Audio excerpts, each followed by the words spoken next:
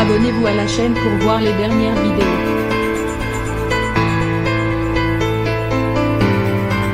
C'est la dernière étape avant le grand jour des funérailles de la reine Elisabeth II. Ce mercredi 14 septembre, alors que le cercueil de la monarque est arrivé hier soir à Buckingham Palace, la famille royale a organisé une ultime procession dans les rues de Londres.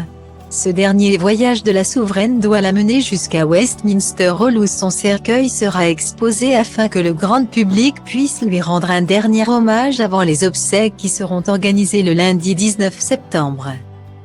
Dans les rues de la capitale britannique, le roi Charles III, les princes Andrew et Edward ainsi que la princesse Anne ont suivi au pas la dépouille de leur regrettée mère dans un défilé militaire au protocole très strict. Outre la solennité du moment, impossible de ne pas être ému en découvrant également William et Harry. Enfin réunis dans la douleur, les deux frères ont réussi à mettre leur querelle de côté pour marcher côte à côte en hommage à leur grand-mère. Si le nouveau prince de Galles était dans son uniforme militaire, le papa d'Archie et Lilibet, lui, ne portait qu'un simple costume gris mettant en avant ses médailles militaires. Mais où étaient alors les épouses du roi Charles III et des princes William et Harry, contrairement à leurs époux?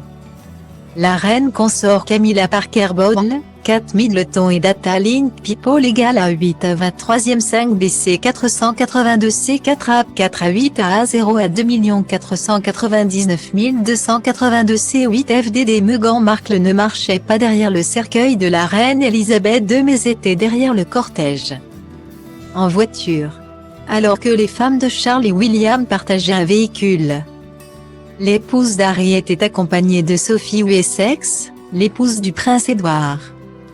Une autre procession de voitures qui a, elle aussi, rejoint Westminster Hall où une cérémonie religieuse s'est tenue.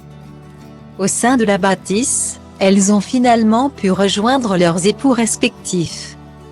Un moment très émouvant où l'archevêque de Canterbury a notamment pris la parole face au cercueil de la reine Elisabeth II recouvert notamment de l'étendard royal où a été déposée la couronne impériale de St. Édouard.